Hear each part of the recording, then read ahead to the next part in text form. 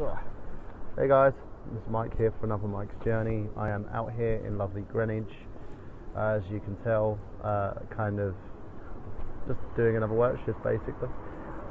Sorry about the videos being sparse. It's like I do now one a week. I'm going to see if I can start doing a little bit more with these vids, but I've got to see what happens. At the moment, life's kind of taken me in different places, and being homeless, you kind of have to do kind of everything at once in a sense. You know, I'm trying to keep myself warm, keep myself from having the flu. This week I had the flu as well, which didn't really help. You know, so I'm still recovering from that with mucus and everything. It's not pretty. Most people, if you know what having the flu is about, then you know exactly what I'm talking about. Now, regardless of that, I wanted today to talk about the gaming community, because I've had loads of videos talking about the community, and myself with a few other gaming channels, we talked about the gaming community itself. And I kind of want to talk about this a little bit because of a video Xanders did on his channel. Check out his channel, link below if you haven't. He's done some really good and interesting videos, and a lot of community-based videos now. Does a lot of community chats, Q&As, stuff to kind of get his audience involved. And a lot of it kind of links in between one and the other, really, because when he talks about the community, he tries to get everyone involved in discussion. It's kind of the same thing what I tend to do when I do my videos about being homeless in the UK. It's more about trying to, you know, let people know from my side what it is. I've had a few say, hey, you know, why don't you get other homeless people, talk to them about their struggles, and kind of get them involved. A lot of them don't want to be filmed. I will tell you that they don't want to be filmed. So I tend to kind of migrate away from that, because it's a bit of an issue, and a lot of the struggles and stuff that I had to deal with is kind of, it's my own perspective, but also you can see from one single person's point of view what's going on. But in that sense, I haven't had to beg, I haven't had to borrow, and I haven't had to steal. So you know, that's a good thing. Now, migrating on from that, let's talk about the gaming community and what exactly things are going on in a sense. Now, we've had a lot of Kickstarter failures. There was a game that was released which was supposed to be the spiritual successor to PT, called Alison Roads, I believe. They opened up a Kickstarter. The Kickstarter itself wasn't going to hit target, and so Team 17 kind of latched on and said, hey, we're going to fund this. So the makers behind Alison Roads decided, okay, what we're going to do is we're going to stop the Kickstarter, cancel the Kickstarter, and concentrate on development by a development company. I was in touch with these guys in order to provide voiceover work for some of the, for this game. They now have lost contact with me. I don't know if it's because the Kickstarter is not happening, and maybe Team 17 have got a bit more influence in this time, or what. I'm going to keep trying, see how that goes, and see what happens. Either way, it looked promising at the time. I don't know what's going to happen now that this has all been kind of cancelled. The second thing I want to talk about is Bungie, Destiny. They are now, it's been proven that Bungie are basically doing a pay-to-win feature, even though they said they weren't going to do it when they first initially released the game, for Destiny, which means that all weapons that you want, all the high-class shit that you need, you can pay for them, and it also gives you an unfair advantage. I don't like a pay-for-win feature in any of the games that I basically play.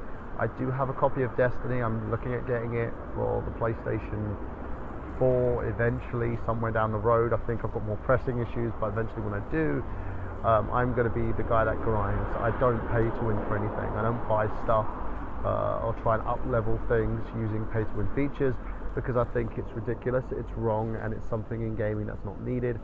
But if you do like that sort of thing, it's there. Now let's go to point number 3.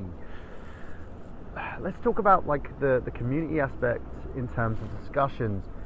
Every single time I see a picture or a meme or a video of someone migrating a group, people are moaning and complaining about Microsoft is better than PlayStation, Sony is better than Microsoft, Nintendo is better than everyone, blah blah blah blah blah.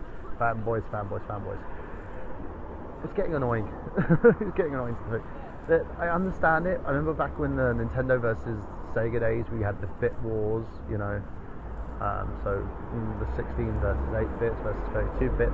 But people don't understand how, if you look into the history of this, what happened, you had all these other consoles that came out, like the Atari released their systems, Jaguar, you had all these CD-based consoles that came out, and everyone was claiming to be better than the 8 and 16-bit predecessors, but in the end, Nintendo were the ones who won out on the bit wars, reason being, well, one, because Sega just kind of overshot their load, and two, just based on the fact they could make games that were playable, games that were enjoyable.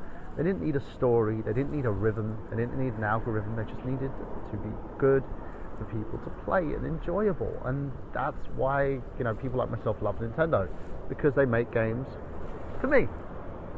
I can pick up a pad and I can play Super Mario 3D World anytime I want, or Mario Kart, or Animal Crossing. I don't have to go through a huge bunch of text to remember what I did last week for this game. They make games that you can sit down and just play from the go. And yes, people are just like, oh, but what about the millionth time Mario game that you have? Well, I enjoy it. That's it. I don't care about bytes. I don't care about frames. I don't care about what the rate is. I don't care about how smooth the graphics and textures are. As long as the game is playable and is not buggy to the point where I cannot pick up a pad and play it, I have no issue with it. But pricing is an issue in terms of some games. If you put a low quality game out there and the price is shit, of course I'm going to complain. But that's that. So, you know, on that whole ideal, I want you guys to do me a favour. Spend time to not talk about or not think about who's better than whom. Enjoy.